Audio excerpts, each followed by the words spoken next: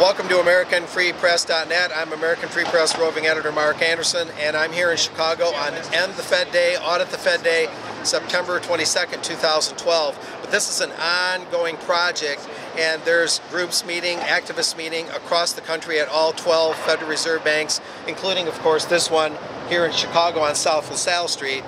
And S-202, the Senate version of the Audit the Fed bill, is locked up in the Senate, and that's a major issue among these activists right now and others concerned about this issue. The Audit the Fed bill was passed resoundingly in the House recently, but now that legislation in the Senate is bottled up. Some say Harry Reid of Nevada, the senator there, is bottling it up. At any rate, that's a major focus. Viewers and readers of AFP are urged to call Congress. The Capitol Hill switchboard is 202-224-3121. Really use a lot of tenacity, a lot of repetitive calls, letters, faxes, emails to dislodge S-202. That is a clarion call today as the End the Fed, Audit the Fed movement continues.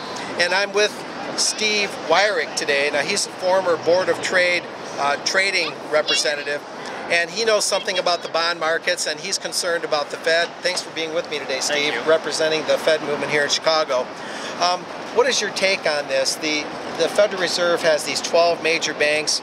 I know that you and I talked off camera about the audit prospects, maybe a second set of books. How hard will the people have to push, or what will it take? What are the things that the Fed doesn't want us to see? Well, just what is it going to take to turn the wheel here? Well, I just believe that, the House passed overwhelmingly. They passed the Audit the Fed bill, but I think when it gets to into the Senate, it's going to be much harder to pass, because you have 50 senators who are much more controlled, and the banks definitely can get to them. And Harry Reid being, running the Senate right now, it's not gonna pass through.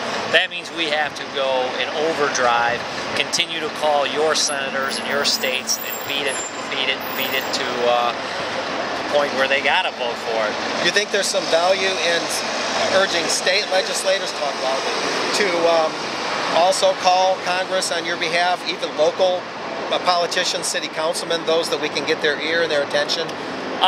Yeah, to an extent. I would think that the best way of going about it is talking to your local congressperson and having them get to your state senators and say that is one of the ways. If the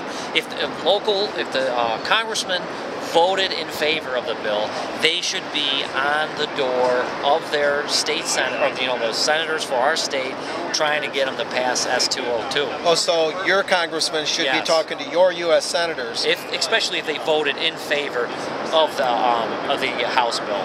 Interesting. So sort of a cross-pollinating at the different chambers of the Congress. I believe.